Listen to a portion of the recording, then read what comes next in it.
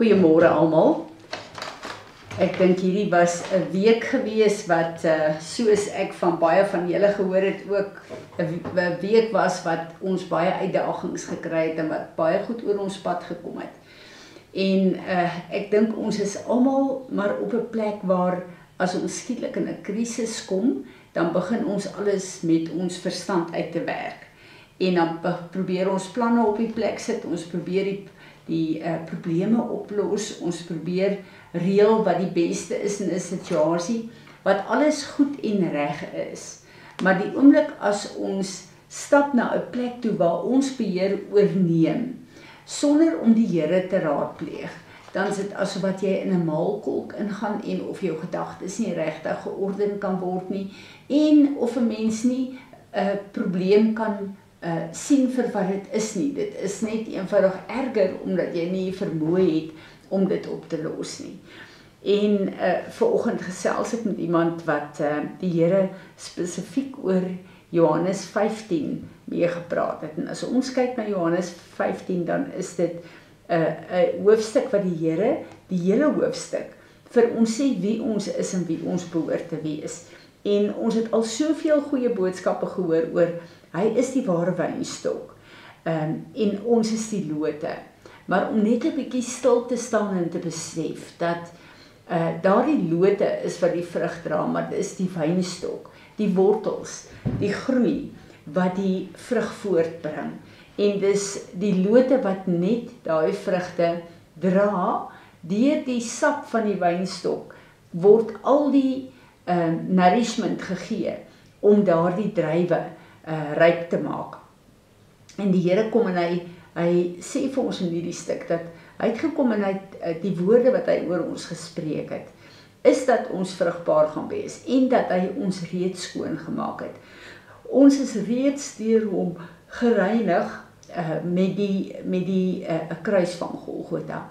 Maar hy sê in vers 4, so you must remain in life union with me, for I remain in love, a life union with you.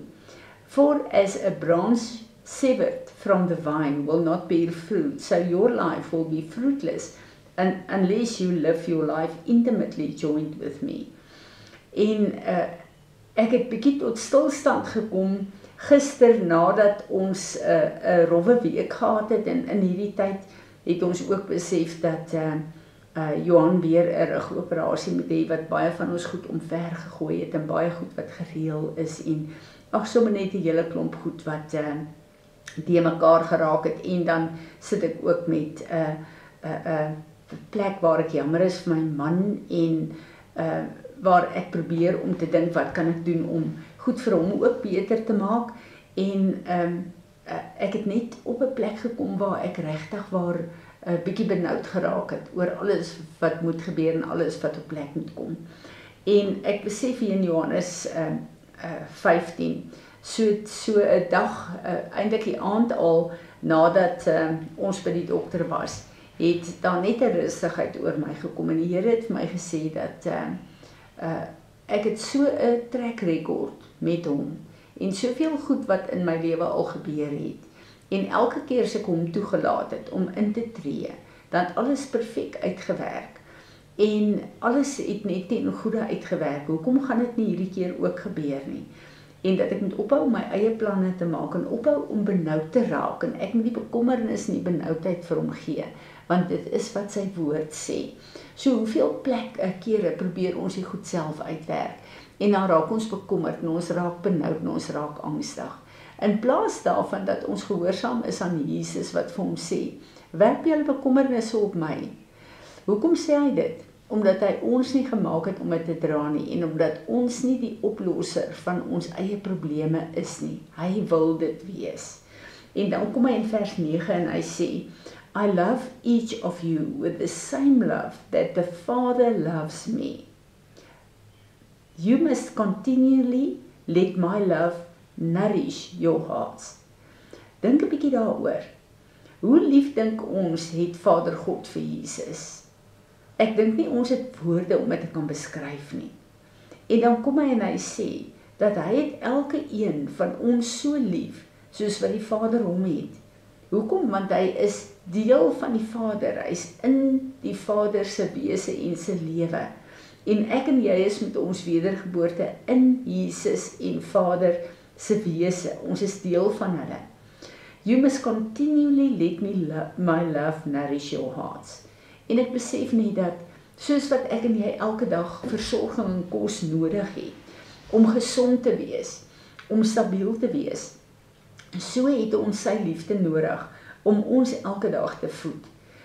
If you keep my commandments, you will live in my love, just as I have kept my Father's commandments, for I continually live nourished and empowered by his love.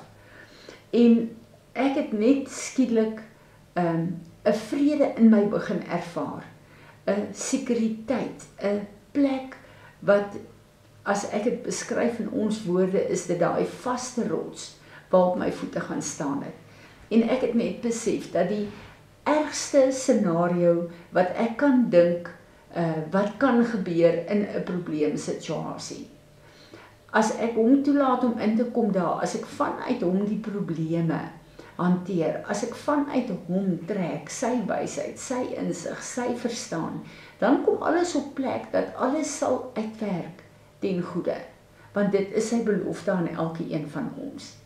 En ek gee al hierdie goed vir die Here en ek sê, Here, ek weet nie presies wat volgende week gaan gebeur nie, maar wat ek weet is dat U in elke besluit is en U is in elke ding wat moet gebeur, en dit is vir my genoeg. As U by my is dit genoeg. So ek wil vir ons elkeen sê, maak nie saak wat 'n krisis jy op hierdie oomblik is nie. Maak nie saak of dit verhoudinge in jou gesin is nie. Maak nie saak of wat jou probleme ook al is nie. Nooi die Here daarin. Maak nie saak of dit iets is, 'n patroon waarmee jy sukkel nie. 'n Plek waar jy oorwinning moet kry oor verkeerde goed wat jy doen, dink en sê nie. Nooi hom daarin, want hy is die een wat met sy liefde vir ons kan bedien, met sy liefde ons kan toevou, met sy liefde ons kan was as dit nodig is, kan voed as dit nodig is. Sy liefde is die balans wat moet inkom, elke plek waar ek en jy onseker is, waar ons 'n bietjie onstabiel is. En sy liefde is 'n anker wat ek en jy nodig het in ons lewe. En ek het al soveel, veral vir die oggendgroep gesê, dat daar is niks wat op hierdie aarde met my en jou kan gebeur, wat ons God nie kan hanteer nie, wat Jesus nie voorgesterf het nie. En ek besef net daai hele krisis wat vir my ontstaan het in hierdie week, is omgedraai in 'n plek waar ek so jubel en juig in ons God, want ek besef net, hy is die God van die berge, maar ook van die valleie. En hy is die een wat sê, selfs al gaan jy deur doodskade weer, ek is daar by jou, ek los jou nie. Niks op hierdie aarde wat ek en jy kan doen of moet deurgaan, hoef ons sonder ons God deur te gaan nie. En as hy by ons is, dan kan geen onheil naby ons kom nie. So selfs die probleemplekke, die plekke wat vir ons moeilik is, ons kan daardeur gaan en die Here beskerm ons en hy bekragtig ons en vou ons toe met sy liefde, sodat die moeilikste plekke 'n getuienis word van sy getrouheid en sy goedheid en sy almag.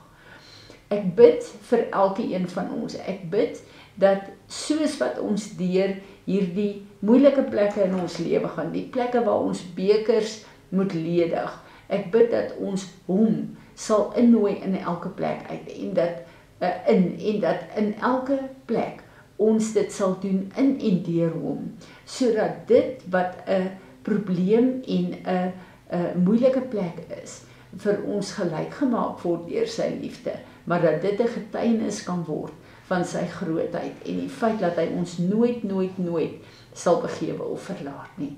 Vader, wat 'n wonderlike voorreg om u woord te hê. Wat 'n wonderlike voorreg, Here Jesus, dat u vir ons die versekering gee. Ons is in u ingeënt. Ons is deel van u. Johannes 17 sê, ons is deel van u, ons is deel van Vader. En daarom kan ons alles doen op hierdie aarde, omdat u die oorwinning afgehandel het vir ons. So ek bid dat u sal kom en dat u ons so sal vul met u liefde, Here, dat dit ook as 'n vrug sal uitloop vir die mense om ons en in 'n wêreld wat liefdeloos is, wat dit so nodig het. En dankie dat ons kan vra dat U naam verheerlik sal word in en deur ons lewe en dat die vrug wat ons dra, U naam sal verheerlik. Amen.